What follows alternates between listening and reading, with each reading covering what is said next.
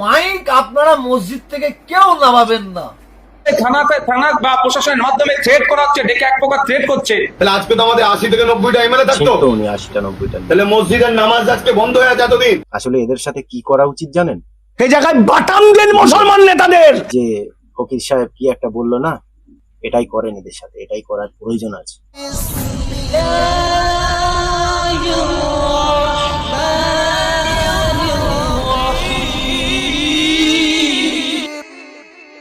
আসসালামু আলাইকুম প্রিয় দর্শক, আমার নাম মোহাম্মদ আব্দুল হাবিব মন্ডল আর আপনারা দেখছেন হাসিন মিডিয়া। আমি কাউকে দালাল বলবো না, আমি এই কথা বলবো না যে এরা পীরজাদা হয়ে বিজেপির দালালি করছে, কিন্তু এদের এই কথাগুলো শুনে আপনারাই ডিসাইড করবেন আসলেই এরা কারা। চলেন সর্বপ্রথম সেই ভাঙড়ের মুখ্যমন্ত্রী, ওনার একটুখানি ভিডিও শুনে। যেভাবে থানা বা প্রশাসনের মাধ্যমে থ্রেট করা হচ্ছে, ডেকে এক প্রকার থ্রেট করছে, এটা কোনোভাবেই মেনে নেওয়া যায় না। তা আমি এই যে চাপিয়ে দেওয়ার যে চেষ্টা চলছে, এর বিরুদ্ধে আমি খুবই তাড়াতাড়ি কলকাতা হাইকোর্টে যাচ্ছি। আচ্ছা, আপনারাই আমাকে বলেন যে ইনি কলকাতা হাইকোর্টে এখন গিয়ে কি ছিঁড়বে? যাদেরকে এরা ভালোবেসে হাত ধরে নিয়ে এসছে আমাদের ওয়েস্ট বেঙ্গলে, শান্তিতেই তো ছিল বাংলাটা। বাংলায় এই ধরনের পরিস্থিতি এর আগে ছিল? এরাই তো নিয়ে এসছে ফুরফুরার কিছু পীরজাদা, তারাই তো নিয়ে এসছে হাতটা ধরে এদেরকে। এখন এদের আন্দোলন কই? আমি আপনাদেরকে বারবার বলেছিলাম, দেখেন এদের ওই ক্ষমতাবাজি কথার ভিতরে আপনারা কিন্তু এদের রাজনীতিটা দেখতে পাচ্ছেন না। এরা কিন্তু পুরোপুরি আপনাদের ইমানটা বিক্রি করে দিয়েছে। তারপরেও কিছু অন্ধভক্ত, কিছু বেঈমান বেদিন আমার মা মাসি সব উদ্ধার করে ছেড়েছে। মাঝে মাঝে মনে হয় এদের আমি কিছু বলবো না, যা এরা একটা অন্যায় করে ফেলেছে আর বলে লাভ নেই। কিন্তু এরা যে এতটা জঘন্য, এদের চরিত্র যে এতটা খারাপ, আমি যদি না বলি এদের বিরুদ্ধে, তাহলে আমাকে কিয়ামতের দিনে আবার হিসেব দিতে হবে আলাদাভাবে এদের জন্য। যে ওই বেঈমানগুলো মানুষের ইমান নিয়ে খেলছিল, মানুষের জীবন নিয়ে খেলছিল, ধর্ম জাতিটাকে নিয়ে খেলছিল, তোরা প্রতিবাদ করিসনি কেন? আর এই কেন কথার উত্তর পৃথিবীর কোনো মায়ের লালের দেওয়ার ক্ষমতা নেই। চলেন আর একটা জাদা শোনেন। মাইক মসজিদ থেকে আপনারা কেউ নামাবেন না। আমি আমার মুসলিম ভাইদের কাছে বলবো, মাইক আপনারা মসজিদ থেকে কেউ নামাবেন না। যদি কোনো এলাকার থানার ওসিরা গিয়ে বলে মাইক নামিয়ে নিতে হবে, আপনারা নামাবেন না। আপনারা ওসিদের বলুন আপনারা মাইক নামান। আলহামদুলিল্লাহ। যখনই প্রশাসনের তরফ থেকে মাইক নামাতে যাওয়া হবে, তখন আপনারা ভিডিও করুন।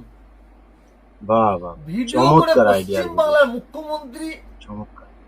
মাননীয় শুভেন্দু অধিকারী মহাশয়ের কাছে আপনারা এই ভিডিওটা এবং লিখিত জানান, এবং উকিলের সঙ্গে আপনারা আলোচনা করুন।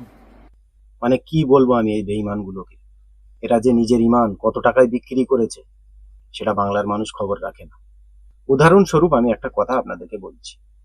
মনে করেন আপনার এলাকার একটা মসজিদে পুলিশ প্রশাসন এসছে যে মাইকটা খোলেন, আপনি না খুললে,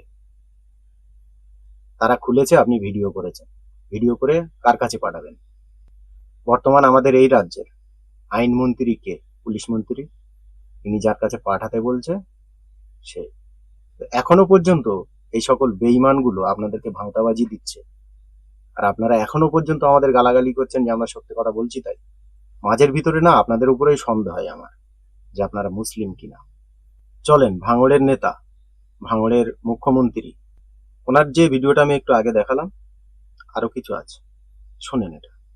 গতকাল থেকে আমার কাছে রাজ্যের বিভিন্ন জেলার বিভিন্ন এলাকার মানুষজন ফোন করে যে তাদেরকে কোনো জায়গায় থানায় ডেকে বা থানার পক্ষ থেকে পুলিশকে পাঠিয়ে এই নিদান দেওয়া হয়েছে যে মাইক খুলে নিতে হবে। মসজিদ কমিটি বা ধর্মস্থান, মন্দির বা যে কোনো জায়গাতে মাইক খুলে নিতে হবে। বিশেষ করে মসজিদে যেগুলো খুলেছে, আমার কাছে খবর এসেছে যেগুলো কে বলেছে। এনার এই বক্তব্যটা ক্যামেরার সামনে এসে দিতে লজ্জা লাগেনি? আসলে লাগবে কিভাবে? মানুষ হলে তবেই তো তার লজ্জা শরম থাকবে। লজ্জা শরম হায়া কায়া থাকার জন্য তাকে মানুষ হওয়ারও প্রয়োজন আছে। এই তো বলেছিল যে সুদিন এসছে। ভাঙড়ের আসল পরিস্থিতি আপনারা কেউ জানেন না, আমি জানি। আমাদের কাছে সব ভিডিও আছে, পাঠায়, ওখানকার লোকেরাই পাঠায়। যে এই পরিস্থিতি। পরের ভিডিওয়ে আপনারা জানতে পারবেন ভাঙড়ে মদের দোকানের লাইসেন্স কিভাবে পেয়েছে এনার পার্টি অফিসের পাশে। আপনাদের কি মনে হয় এরা আপনাদের নেতা হয়েছে? আর এই যে এনার আন্দোলন, এখন আমি হাত না ধরে পায়ে ধরে বলছি আপনাদেরকে, এই ইলেকশনের আগে এনার কিছু আন্দোলন আপনারা দেখেন আর এখন এদের বক্তব্যটা শুনে। এত কিছু করার পরেও এরা বাংলার মুসলিম জাতিটাকে এতটা বিপদমুখী করার পরেও বাংলার দলিত, আদিবাসী, গরিব, সিভিল কাস্টের মানুষ যারা আছে তাদেরকে এতটা ক্ষতি করার পরেও এই বেঈমান বেদিন মোনাফেকের দলগুলো বক্তব্য কি রাখছে দেখবেন। আসেন এরই ভাই। 91% মুসলমান যে টিএমসি কে ভোট না দিয়ে যদি ওটা আইএসএফ কে দিত, তাহলে আজকে তো আমাদের 80 থেকে 90টা এমএলএ থাকতো। ঠিক তো, উনি 80টা 90টা। তাহলে মসজিদের নামাজ আজকে বন্ধ হয়ে আছে এতদিন, এ বন্ধ করতে পারতো? ওরা দাদাগিরি দিচ্ছে, আমরা দাদাগিরি দিতে পারতাম না? ওরা আইনে যে বুড়াগুলোদেরকে জুলুম করছে, আমরা আইনের রাস্তায় যেটাকে জুলুমটাকে রুখতে পারতাম না? কিন্তু যাদেরকে দিল তারা কি করলো? A group, B group, C group, কোথায় ভালো টিএমসি, খারাপ টিএমসি, ডিম খাওয়া টিএমসি, কোথায় এ টিএমসি, কত রকম ভাগ হয়ে গেল। তাহলে মুসলমান আমরা কি ভুল করিনি? আমাদের ভুলের খেসারত আজকে আমাদেরকে ভোগ করতে হচ্ছে। এখন আমার প্রশ্ন এই মুনাফেকের কাছে আর আপনাদের কাছে, যে গভর্নমেন্ট আগে ছিল এই পরিস্থিতি, এই ধরনের পরিস্থিতি আমাদের বাংলায় কখনো এসেছিল? আজকে কেন কলকাতা বিমানবন্দরে ওই মসজিদটা বন্ধ হয়ে আছে? এই বেঈমান বেদিন মুনাফেকদের জন্য। দাজ্জাল বললে কি হবে? আসলে এদেরকে দেখলে দাজ্জাল, ফেরাউন, নমরুদ এরা নিজেরাই লজ্জা পাবে এদেরকে দেখলে। তাদের থেকেও জঘন্যতম জিনিস এরা। এরা এই কথা এখনো পর্যন্ত স্বীকার করছে না কিন্তু, যে এই আজকের মসজিদটা আমাদের ভুলের কারণেই বন্ধ হয়েছে। এখনো পর্যন্ত যত দোষ সেই শুকনো মেয়ে ছিল। পাছায় দম থাকলে একে বলো আগে যে বক্তব্যগুলো দিত এখন একটা দিয়ে দেখাতে। আসলে এদের সাথে কি করা উচিত জানেন? চলেন, আমি বলবো না, আরেকজন বলছে আমাদের বাংলার লোক, শুনেন। সেই জায়গায় বাটাম দেন মুসলমান নেতাদের, একটা একটা করে নওশাদ সিদ্দিকীদের ধরুন, চুলার মুঠে ধরুন, বলে বেঈমান সালা 1200 বছর 1200 খ্রিস্টাব্দ থেকে যে মুসলমান ইসলাম সংস্কৃতি ভারতবর্ষে, যে ইসলাম সংস্কৃতি আজকে পৃথিবীর 57টা কান্ট্রিতে, সেই ইসলাম সংস্কৃতিকে ভ্যানিশ করে দিল ওই শয়তানের দল বাংলা থেকে। এই মানুষের কথাটা শুনে আপনাদের কি মনে হয়? সততা নেই কথার ভিতরে? ইসলাম ধ্বংস হচ্ছে না আমাদের বাংলায়? এই কথাগুলো আমি 2021 সালে বলেছিলাম, যখন এই বেঈমান বেদিন মোনাফিকের দল ইলেকশনে নেমেছিল। আমি বলেছিলাম যে এরা এই যে মানুষকে ডিভাইড করছে, এই যে মানুষকে এতগুলো ভাগে ভাগ করছে, শুধুমাত্র এরা নিজের পকেট গরম করার জন্য আর বিজেপিকে আমাদের এই ওয়েস্ট বেঙ্গলে নিয়ে আসার জন্য, তাদের কাছ থেকে টাকা খেয়ে।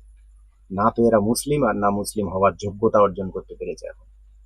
খুবই দুঃখের বিষয় না এটা আমাদের জন্য, যে দাদা হুজুরের হাতে হাত দিয়ে 2-3টে জেলা এবং ওপার বাংলা এপার বাংলার মানুষ ইসলাম ধর্মকে গ্রহণ করেছিল, আর সেই দাদা হুজুরের বংশের থেকে কিছু বেঈমান বেদিন মুনাফেক, ইবলিস, দাজ্জাল, খুদে দাজ্জাল, নমরুদ, ফেরাউন, তারা পৃথিবীর জমিনে আগমন করে সেই মুসলিম জাতিটাকে আবার ধ্বংস করছে।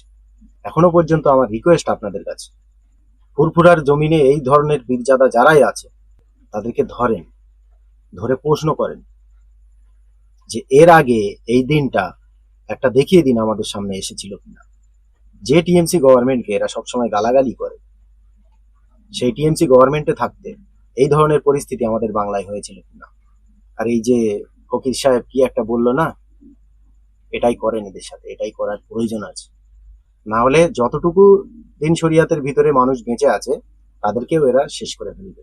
This channel's content is strictly for educational purposes and does not endorse or promote any violent, harmful, or illegal activities.